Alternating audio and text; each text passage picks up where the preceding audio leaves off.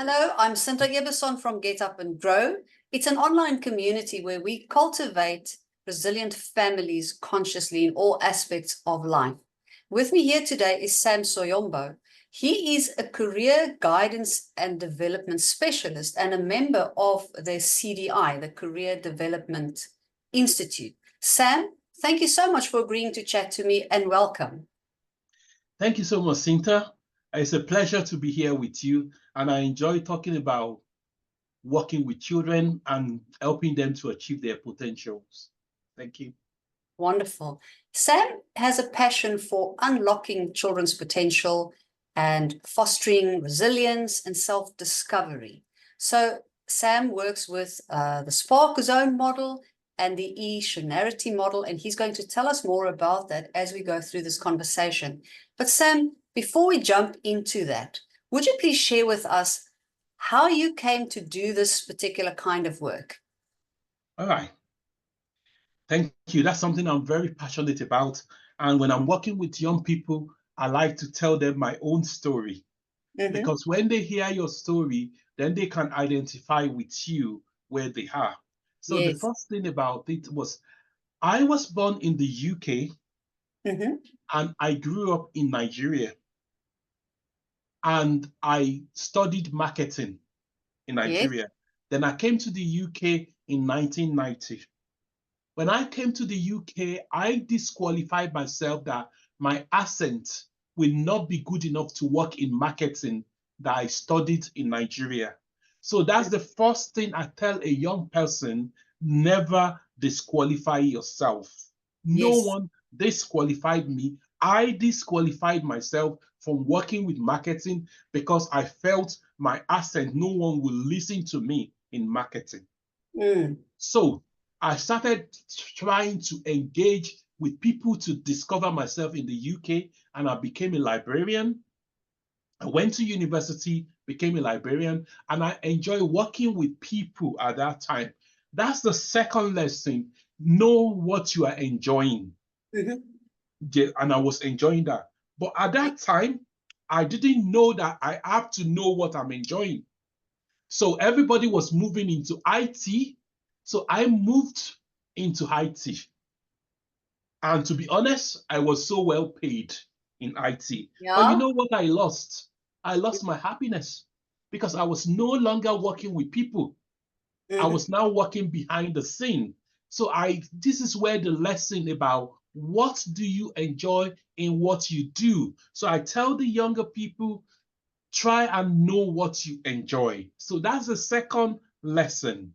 So the first lesson was not to ever disqualify yourself. Second lesson, recognize what you enjoy. Then, because I was behind the scene, I was working at the University of Edinburgh.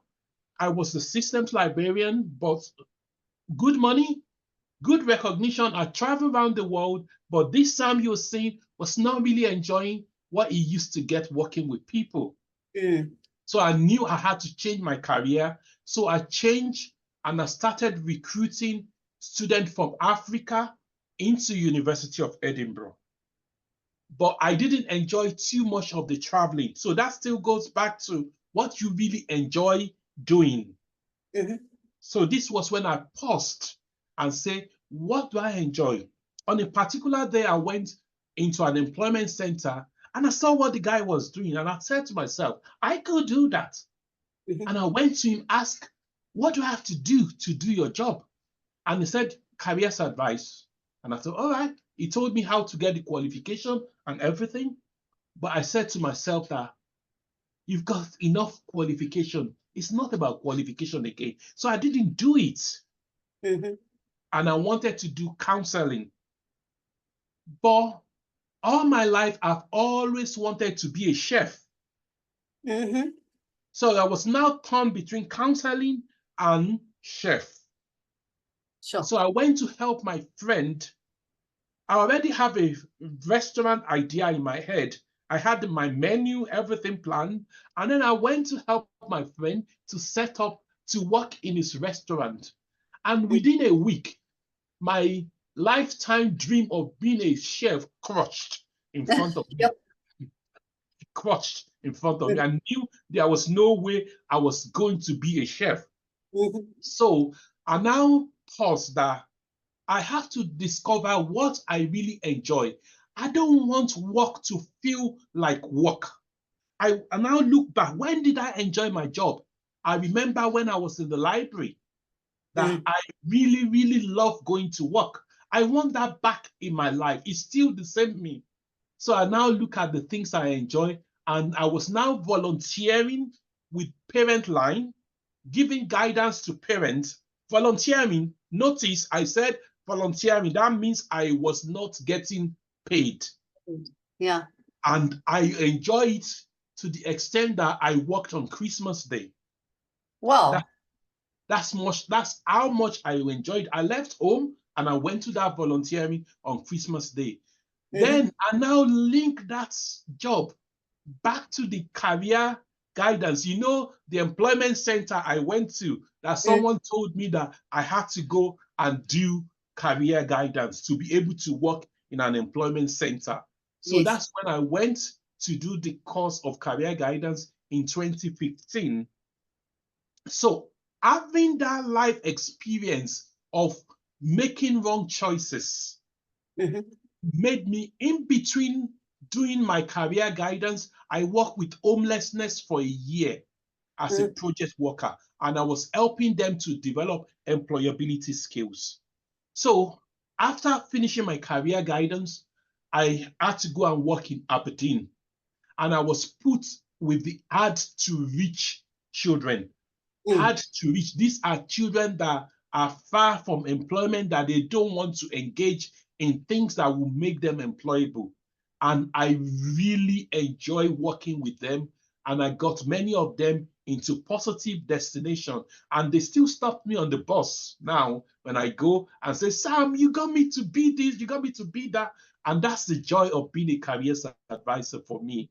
So that's what got me. It's a long story, but that's where my passion is coming from, because I don't want a young person to go through those mistakes that I went through. I want them to know that you could always get guidance. Your career choices are quite important. What a beautiful story, and what amazing, valuable lessons in there. Hey, like you said, don't ever disqualify yourself and figure out what it is that you enjoy. Very, very important. That's it. To bear that in mind, or to do those exercises to discover those things. So if you come across or you meet with a person who now needs this guidance, where do you start? I will start that with you then. I will tell you exactly where I start. You need to have a pen and paper, and you need to write with your other hand. Write your name with your other hand. With your other hand. And when they do that, no matter how much they don't want to engage with me, that lost them. You understand what I mean? And you excite them because it's something that they've never really had to do, to write with their other hand. And when they do that, then I'll tell them, how much did you see in that about yourself? And they could see that they weren't good. It brings out their weakness. And I said to them that if you don't plan your future, that is exactly what you're going to be doing to yourself. You will end up working on the other side of life when you should be working in your passion. And that always gets to them, because you spend time when they do that exercise. What comes out of that is that they recognize that they are spending so much time doing the job. They are focusing on every letter in what they are writing. And it was a hard task for them to do. And at the end of the day, they get a crap result. Yes. You understand? So really, that's what doing IT feels like to me. You understand what I mean? I put every effort, I struggle.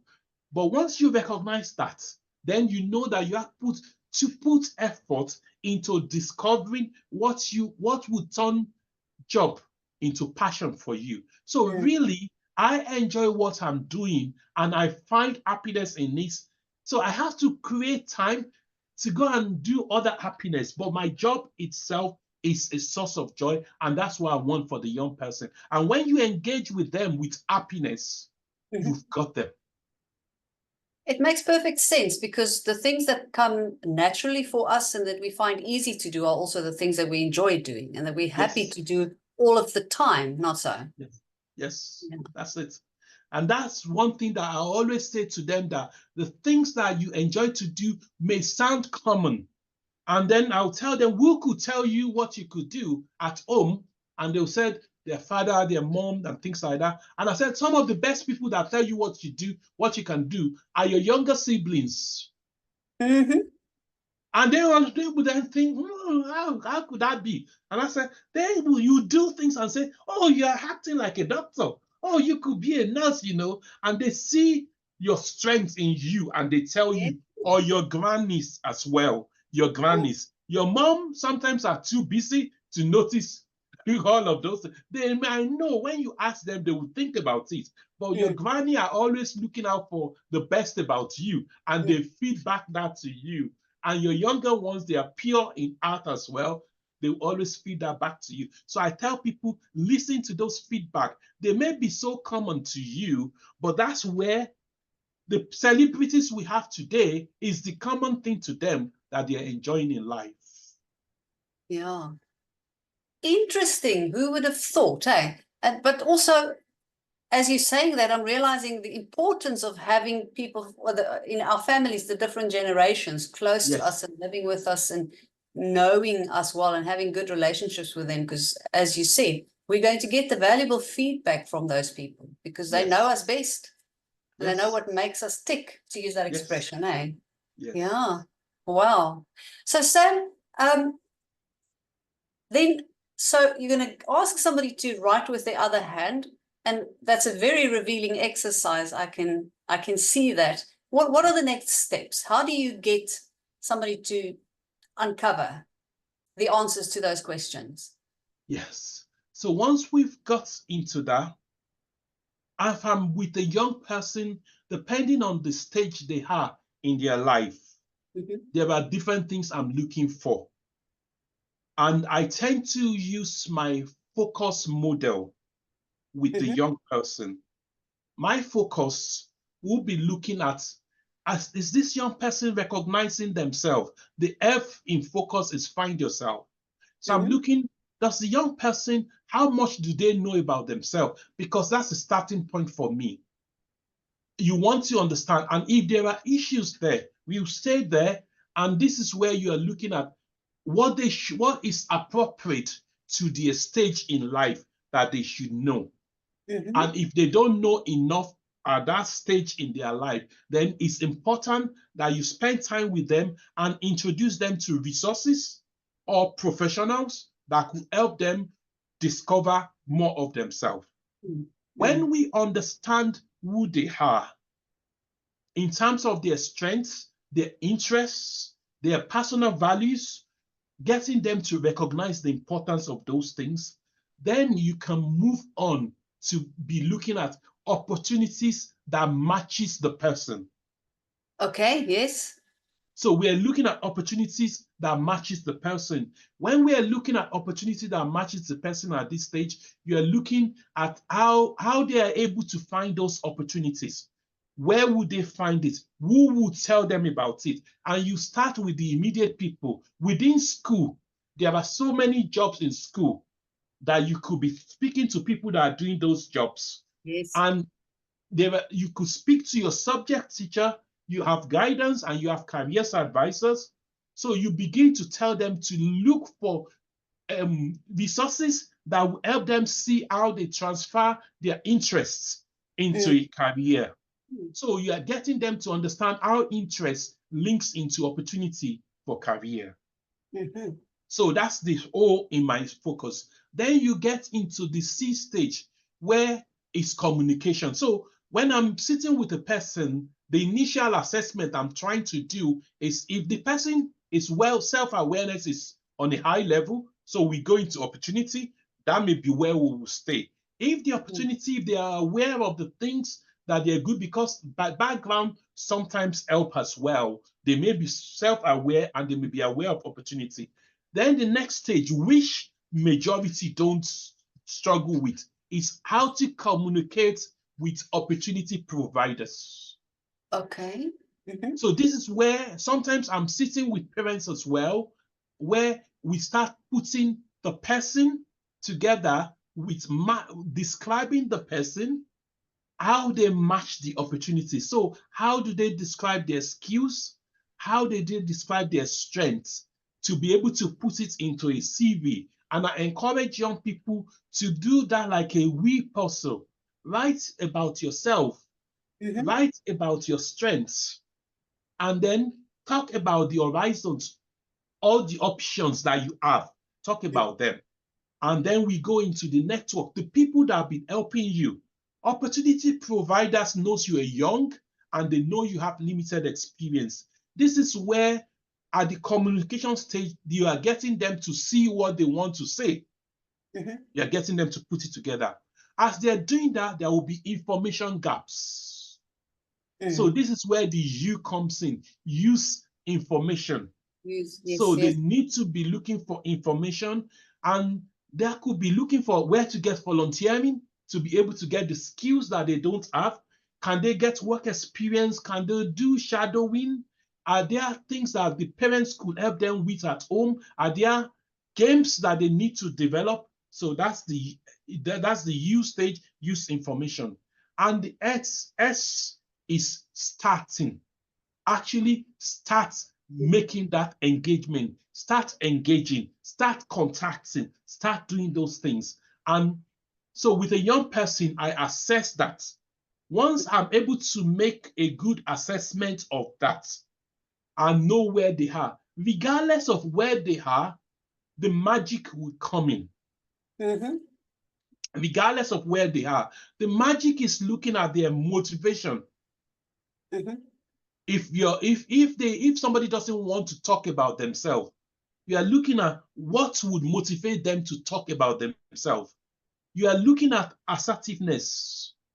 If they are not able to say no to things, or they are just saying yes to everything, you are bringing that awareness to them, why they have to say no to subject they are struggling with, why they need to say yes to subject that they are enjoying, why they need to say no to their friends that want them to be in the same class. Yes. So that's assertiveness. And then from the assertiveness, we move into goal achievement. So we're looking at, it doesn't matter which focus stage they are, all of this will be applying. So they are crossing each other. You understand what I mean? I do, So yeah. yes. So the goal achievement is, what is the goal? You want to be a nurse. You Mm-hmm. want to be a pilot. What's the goal? You need to do this type of subject. What are the different ways you could get there? For example, if someone wants to do medicine and they're only doing chemistry and biology, and they feel that they are not A students, A candidates, what are the options that can still help them to achieve that goal?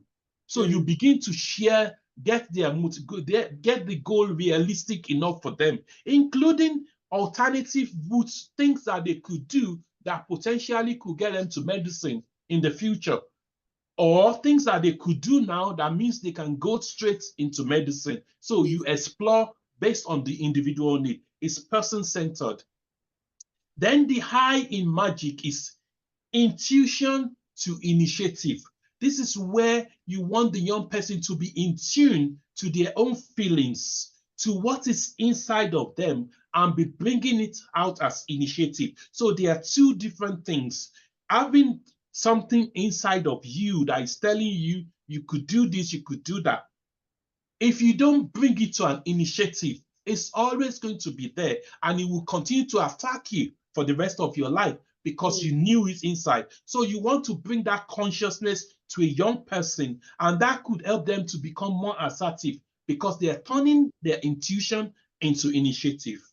Yes. Now, from there, we go to confident communication because you now know what you're talking about. So the communication here is different from the focused communication. This is you communicating what you want to do, with an understanding of your motivation, with Mhm. knowing to be assertive about what you need to be assertive. Assertiveness is not about throwing people away. It's about win-win situation for everybody. And going out to go about your goal and turning your intuition to initiative and communicate that with your own confidence to bring it to reality. So those are the two models that I use with a young person, whether they are seated with, if a young person is seated with the parents, I like to focus on the young person, and I like the parents to watch and not get involved, not prompt them. Let them say, because my job is to get there with them. And I use silence. So sometimes some parents may be worried that the silence is so much, and then what will come out will just wow them. So parents learn just watching, because they will realize that if he was with me, I would have just say something. You're not helping him to reflect. Let him, Yeah. he's probably reflecting, and I'll make it comfortable. I'll tell them silence is good as far as you're thinking. That's your intuition. You are searching yourself. So something is going to come out. So even if that young person doesn't want to bring something out, you're telling him that something is going on in your mind now, and you know that you should say something. So that's initiative. And I know you're going to use the initiative. You're in a safe environment, so you can speak to me. And you get them speak. Yeah. It's a wonderful process to take somebody from I have no idea what I want to do to knowing exactly and feeling intuitively what it is that I'm meant to be doing. Yes. And I love how you talk about intuition to initiative. Yes. I love that expression, and I can see clearly how you are helping a young person to get that confidence and the inner knowledge, I almost want to say, about who I am and what I want to do with my time and with my life, and then be able to communicate it confidently. It's great. It's a wonderful model. Thank you. Thank you. It's a model that I've used with over 5,000 young people, and I've got results. I'm always having a waiting list of people that want to see me in school, because I do it with all passion with the young person. And even the others to reach, I think working in homelessness actually empowered me, because when you're working with children that are coming from deprived parenting, you assume the role of a parent to them. Yes. Because you assume the role, you are not leaving any job to the parents to do with them. So that means you may have to spend more time with them to get them. And when you get them to that space, it's a light bulb moment for them that they're going to follow on to, and you change a generation. Because if you affect a child career plan prospect, you're changing a generation. And that's the magic. That's it. Yes. Wow. Fascinating. Fascinating. Sam, it's wonderful. And I can so see your passion for your work and your passion for young people in your energy here. It's absolutely beautiful to be a witness to that. Thank you so much for sharing your experience with us. Thank you. Tell us more about this, the e-Shanarity model. Okay. Now that's the e-Shanarity model that I use. I use e-Shanarity model with parents. And on my website, it's a model that I expect parents and the young people to use together. Okay. So they're able to go through all the resources. The E in e-Shanarity means that every child is unique. So a parent starts from the point that if you have many children, each child is unique, and you start treating them that way. The way each one of them would respond to things will be different. So that's the E in the e-Shanarity model, and that's the responsibility of a parent. However, the quiz that I put on my website enable the kids to do their quiz and then the parents to do their own. So they are comparing notes to know how much they're doing the right thing. Okay. Then the S stands for safety, which is the safety of the child. Parents need to be aware of home safety, online safety, all the safety measures that need to be in place. and they need to research more because safety needs are changing by generations. So, Yes. there are lots of issues. So parents need to make intentional effort to check on what safety issue at different stages of my child. What are the safety issue I need to be conscious of?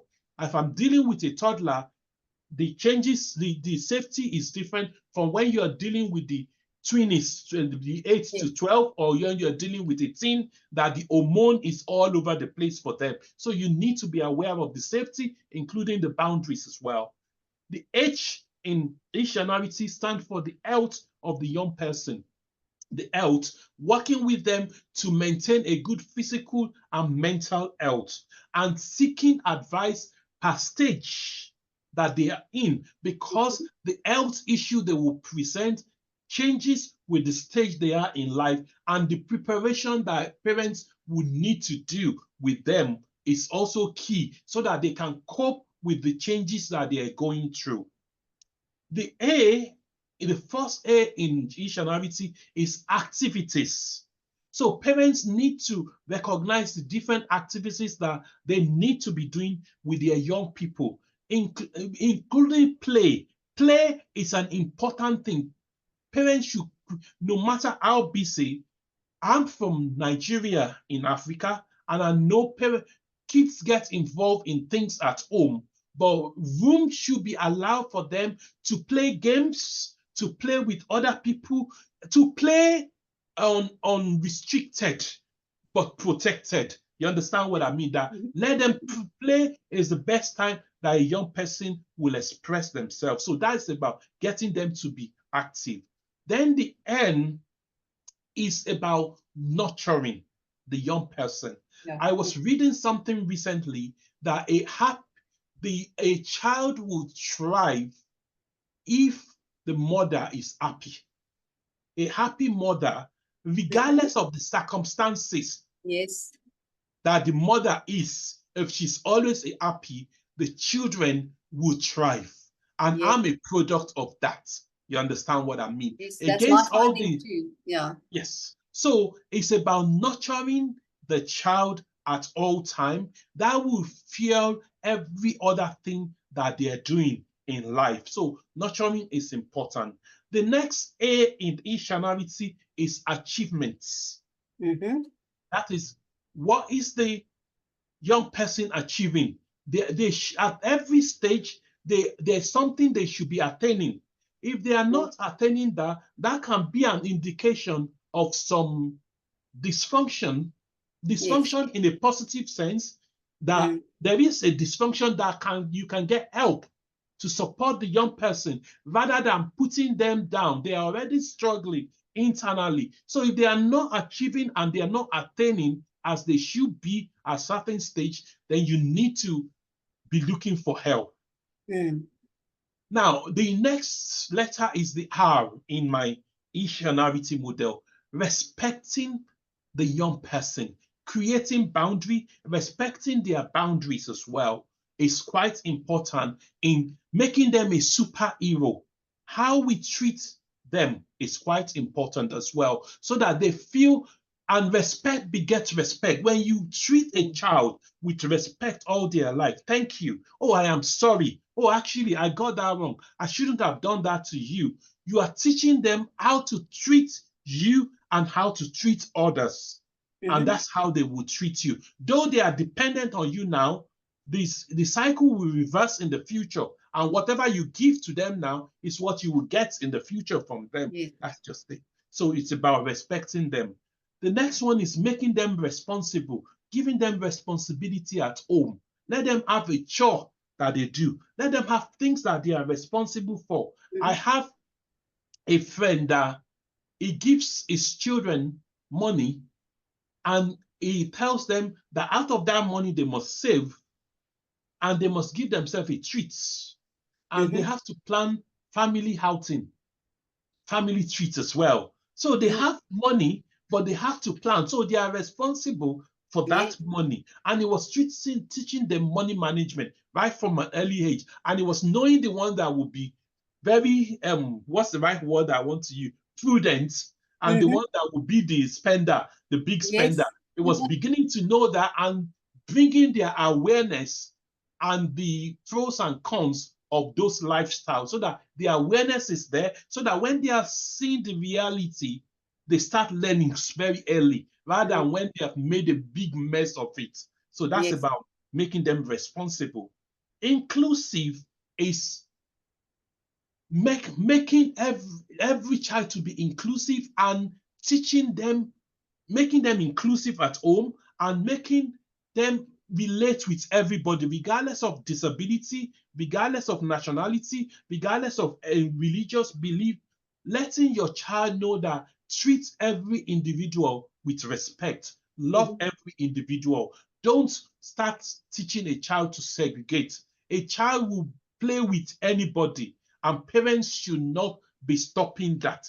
They should encourage that within a safety boundary. Yes, yes. The T is this transition. The transition cuts through all of this because you need to be aware of each stage.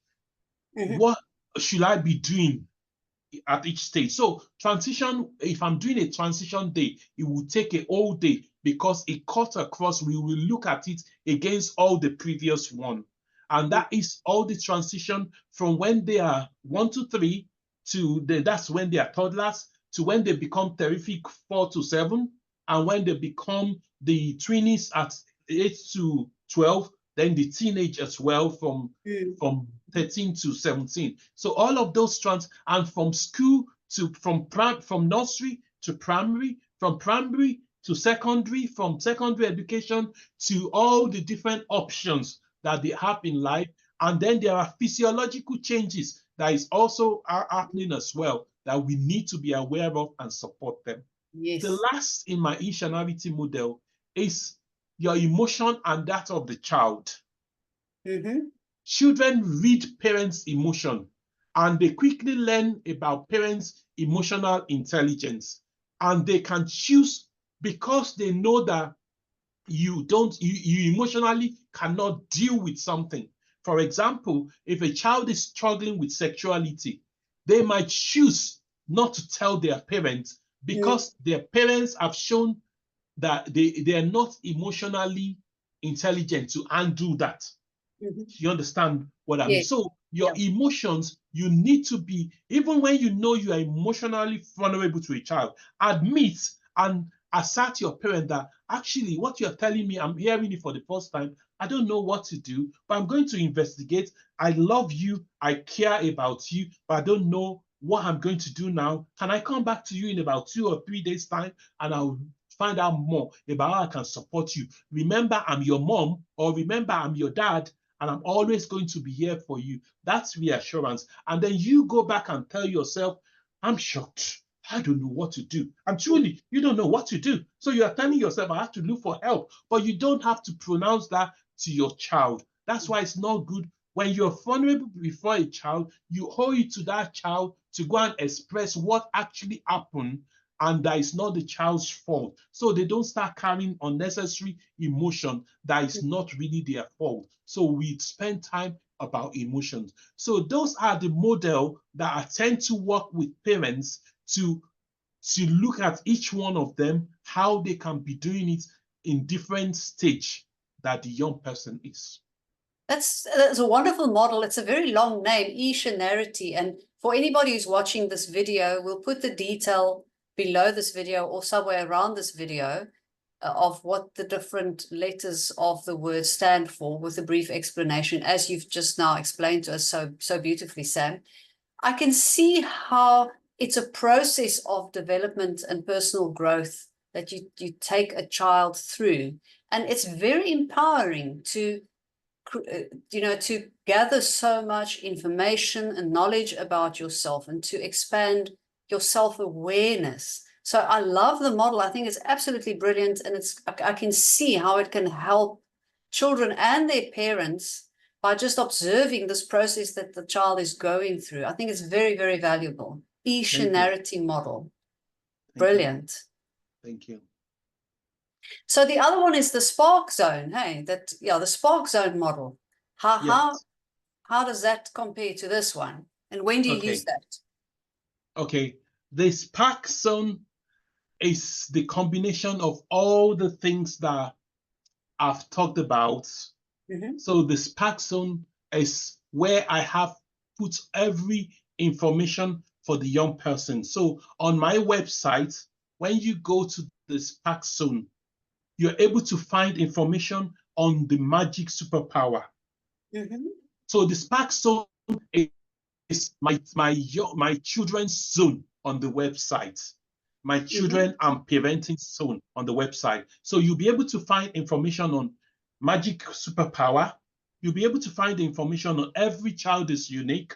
I have the learning style so that you understand, you help your child understand their learning style, and also how to navigate their careers. On that section, you have information about the different job families, and then the subjects as well, where each subject could lead you to. At the moment, we have 24 subjects, and you can see about 12 or more destination that one subject could take you into. So that is the navigate your career. Then we have the skills for evolving.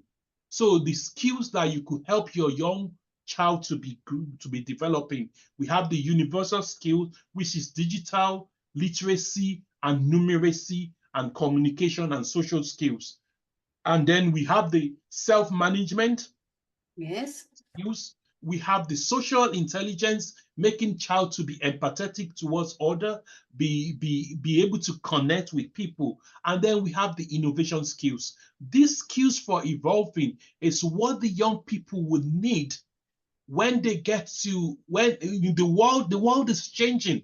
I was asking my young people in the class today, do you know the job of a typist? And nobody knows it in the room. And I said to you that that's what's going to happen to some jobs that you're seeing now. But what would distinguish human is our unique meta skills. That's the skills that we need to evolve. And that's what I've put together in the skills for evolving. And also I have some other projects that I do with schools in catalyst projects. I do that with school. I help them teach teachers a career model that they can use. So that is where we're doing that with my old secondary school in Nigeria. And it's something that we're rolling out to any school that contact us. We just teach them what they need. We need a volunteer teachers that will be doing it, and I will teach them all the model. So they're sharing it with them. And then we have the educator section there, where teachers can bring career education into their classroom. And then we also have the parenting section there. So where parents can learn how the things that they have to do to be a good parent. So that's where the Spark Zone comes in. It is the combination of, so really if you go to my website and you see Spark Zone at the top of the menu, that's where a young person will go to. It's about igniting the curiosity and the confidence that the twin and teen needs to maximize their potential in life. That's just, and you can't do that outside of the parents. So we need the parents to be going there and prompting. So even how to start conversation with a young person. And the parenting that we were parented with is not the same parenting that we have to do now. If we're not careful, the internet, your kids will be parented by the internet, by the social media. But if you engage with them, the parents that engage with their kids would have them come back to them and see them as the role model rather than seeing the social media as the role model, because they are screen agers, really.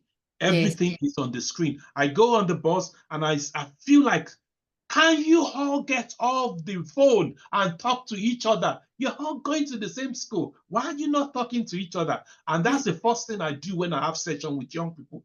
Put your phone down, talk to each other. Yes, very, very true. I agree with you.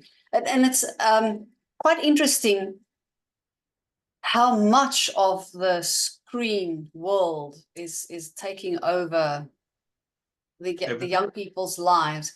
And I'm so glad that you mentioned that, because you have a website with all this information on, so we can actually just move our children to the right kind of screen in the right kind of place where they can get this information. So very valuable. We'll share the links to your website.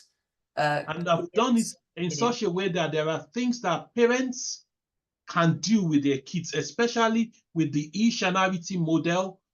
The parents can do that. They do their quiz, the child do their quiz, and they have a conversation on each of the stage. So that is a thing that they could be working together, and there is a workbook that parents and child can use to work through the e-shanarity model. And that is a very empowering tool for a parent to engage their child and get the best out of them, because they are not going to be, they will be seeing the screen when you are engaging with them in their comfort zone. You know, the screen is their comfort environment. And now mommy is sitting with them on the screen, but not necessarily doing games with them. You know, that will make a big difference. That is now doing this with them. And I encourage that where there are two parents, they should do it separately.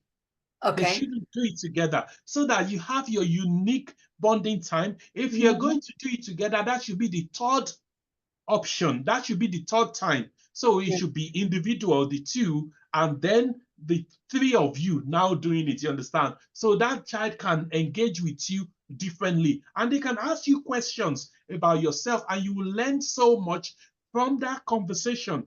And it's about you listening to the child, not you telling the child. Not you. And even if you know the answer, try and teach the child how to find the answer. Tell the child, if you want to go online to find this, what do? You may get to see things that they do online in the course of them trying to do that, because they will just go, they will be so relaxed, and then you might see that, ooh, what's they doing on this site? And then, but don't show shock. Just make a note and then go out and investigate, because it might be a legitimate good place that you're just not aware of. You understand what I mean? So it's good not to show shock, because once you show shock, you are telling them to be protective of their own environment when they are with you. I think it's a wonderful resource, that workbook of yours, because often parents feel that they're not qualified or equipped to guide their children in these decisions, or to, you know, really help them to make those choices. So having a workbook that you can work through together with your child is a wonderful way of sort of going on the journey together. You don't necessarily need to be a qualified teacher or a qualified parenting expert, or have the knowledge in career development, because the simple steps that you go through. I think the workbook is a very, very valuable resource for parents. I'll encourage them to use it, and if they have any question, they can go into the comment section and ask questions there. I think the one with children don't have comment section for child protection, but they can go to an adult environment, because, for example, the magic, we have the adult magic as well. So they can go into an adult magic and ask questions about the child one. We would answer the question there. That's just it. Great. That's great stuff. So, Sam, because we're talking about resilient parenting, let's tie this in, all this wonderful models and processes that you can take children through to bring out their magic superpowers. How do we, and actually it makes sense to me, if a child has learned so much about themselves, how do we help them apply this self-awareness and this knowledge when they need resilience, when they're going through a very difficult time or challenges, they're facing an adversity, or they've had a traumatic experience?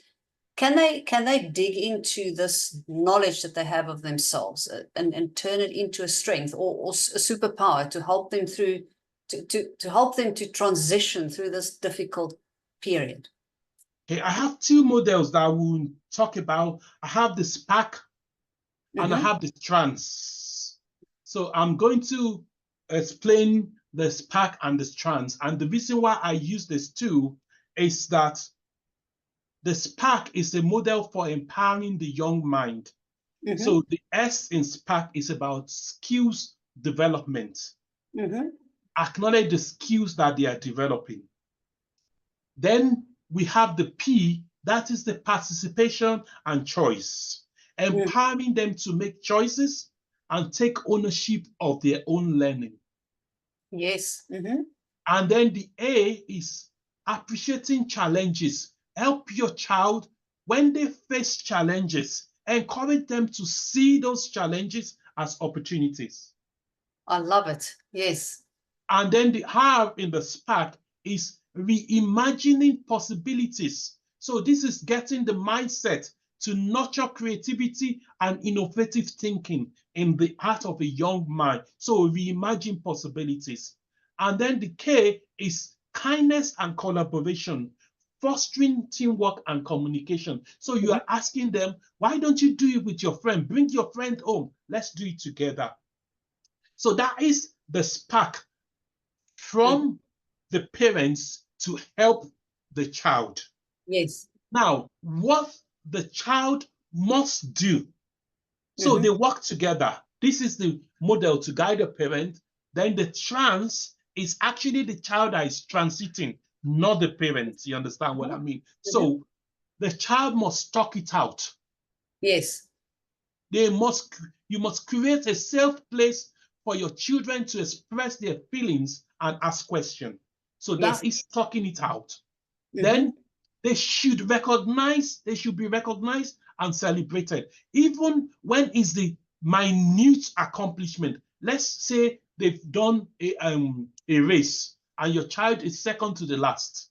You have to celebrate that. Maybe they were last the previous time. Maybe they didn't even want to do the run, but they were not last. You understand? Celebrate strengths and accomplishments, big or small. That's about the recognition and celebrating. Then the A is acknowledging individuality. Tailor your approach to each child's age, their personality, and their need. This goes back to my each-anality model. Every child is unique. So you have to acknowledge. So if the child starts comparing themselves to somebody, you have to bring them back to individuality. So you are always going to say, but that's not you. You make them appreciate themselves. Then nurture milestones. Yes. For example, when a child is moving from nursery into primary education, that's a milestone. When your girl sees a period for the first time, that's a milestone that must be celebrated, that she has to tell the story. She has to feel comfortable that she's just becoming a woman. You understand? So celebrate, acknowledge, and celebrate milestone. All the small victories in transition, you have to celebrate them. And then the last one is strengthening resilience. That's help the child to develop healthy coping mechanism to cope with, to manage challenges that will come their life. So it's not that they see challenge and run away from it. Parents just have to work with them to make them cope with challenge. Let them go through it. And parents should also share their own stories as well of challenging time that they went through, especially when your child is going. I have a 24-year-old daughter going through her issues. I share my story at her age. What she's going through, I went through it in my 30s. And I said, oh, aren't you so lucky? Yours is in your 20. So you are okay. You might as well deal with this in your 20. Please enjoy it. And I'm telling her, the moment you are now, enjoy it. It's so bad, but you are going to miss this time in your life. So enjoy this time because she's just out of job. You understand what I mean? And I'm telling her, enjoy this time. You understand? So you encourage them to deal with the resilience, that kind of thing. By fostering all this strength, we can equip children with spark superpower. That's what they need to navigate challenges and embrace opportunity and discover their own unique path. This superpower would allow them to approach change confidently and becoming the architects of their own success. Yes. So it's about unlocking the superpower. Yeah.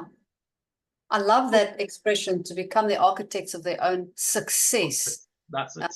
And I love what you're saying about celebrating all the achievements, even the smallest things. I'm a big fan of celebrations and rituals, because it's so important for us to acknowledge and celebrate everything that happens, the milestones, not only the achievements, not only where we are stars or where we stand out, but everything that's our own personal development and stages that we go through. So I love that you say that. And also welcoming the challenges or the difficult times as opportunities for growth. I always encourage people to look for the life lessons that are hidden in those challenges that we are facing, because that is where the opportunities for growth lie. So I absolutely love what you're saying, and I really agree with you. It's wonderful. Thank you. Yeah. Thank you. Wow. So transitions and changes are basically what all kinds of adversities and traumatic experiences are about. It's something that changes in our lives, and we have to manage the transition from what it was to what it's going to be afterwards. And I can see how knowing what your superpowers are, having the self-awareness of what you're good at and what you're not good at, so that you can jump in and handle a situation with your right hand, the right hand, the clever one, and not sit there and struggle and have to do it because you don't have the skills and the tools and the knowledge and the self-awareness. That's it.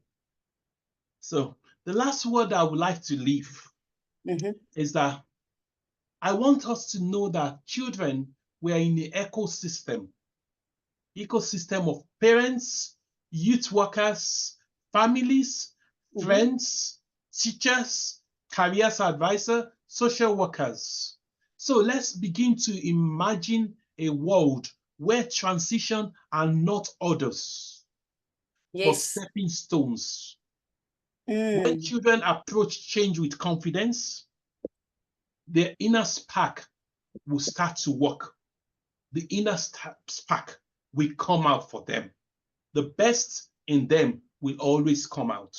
So that is very important, that we work together to bring the inner spark, so that it's a child that is leading the process. We are listening to them. We're being in tune to them. We're empathetic to whatever they are saying. We're not trying to take control, and we're giving them unconditional, we're giving them an unconditional love. Yes. It's not a love that they have to do something to get. It's an unconditional love that will enable them to be the best that they can be in whatever they are doing. So it's not about just the parents, it's the whole ecosystem involved in the upbringing of a child. But we have to learn that the child is an individual. They lead, and we ask them, even when you don't know what to do, ask the child, how do you want me to support you? How do you want me to support you? That is wonderful. I love the idea of looking at it as an ecosystem. We are all there to support the children, and it makes me think of that expression that says it takes a village to raise a child. Yes. And there are so many of us in so many different industries or different spheres of life, and we can all work together and be a wonderful, supportive ecosystem, as you said, for our children. And I love the comment that you made about when we don't know what to do, because it's so important for parents to realize also that we don't need to have all the answers. Yes. We can go on a journey of discovery with our children. So asking, how can I support you? How would you like me to support you is a wonderful way, a perfect way to start that journey. I remember you mentioned earlier also, it's okay to say, I don't know the answers. Yes. It's But okay. I will go and find out, and I'll get back to you. It's so important that we don't, as parents, expect ourselves also to be perfect, to have all the answers, and to always do the right thing. It actually helps the child to know that they don't have to be perfect as well. Yes, very true. Because we are demonstrating the example. By Yes. even when you know, you can say you don't, because maybe what you know may not be enough to be responding at that time. Or maybe what you know may be outdated. You understand? And you are not sure. You've not checked to know the current situation on what you know. So maybe it's better to say, actually, I don't know. You understand? And go back and update your knowledge so that you don't say something, because you can say something that you will lose the child. I have a friend, a child came home, the child came home and say, oh, we've just been taught sexuality, and I think I'm going to be gay. And she said, get thee behind me. You understand what I mean? Get thee behind me. So you've actually lost the child, a child that is just maybe 9, 10, you understand what I mean? Yes. And is exploring their sexuality. You cannot say that to such a child at that stage. So it's important that when it comes, things comes, shocking things will come.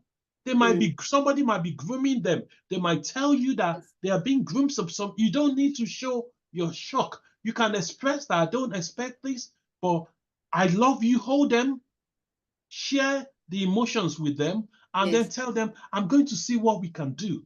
Or is there anything you want me to do? Ask the child so that they know that their own feeling is important. Mom, I don't want you to go this way at the moment. This is the way I want to go. Okay, I can't promise you I'm going to do that, but give me time to do my own little investigation and I'll come back to you. I'm not going to do anything that you don't know.